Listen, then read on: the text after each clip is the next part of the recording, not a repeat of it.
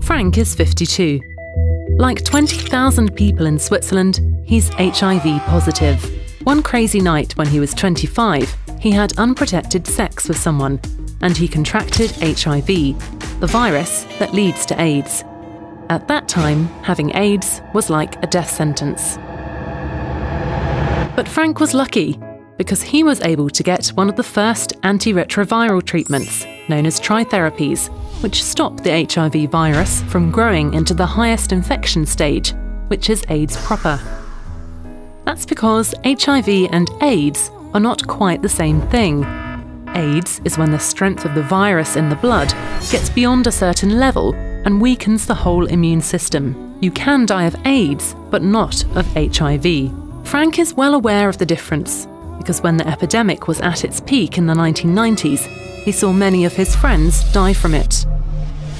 In 1995, in Europe and in the US, AIDS killed 74,000 people. Today, the figure is 13,000 deaths in 2017. Progress in medical science and access to treatments have made a big difference.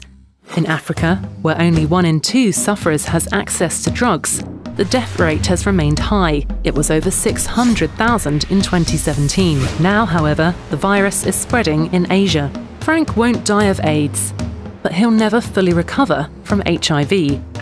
That means intensive treatment for the rest of his life, not to mention coping with the attitude of people he knows, even some members of his own family, for whom HIV is something to be ashamed of.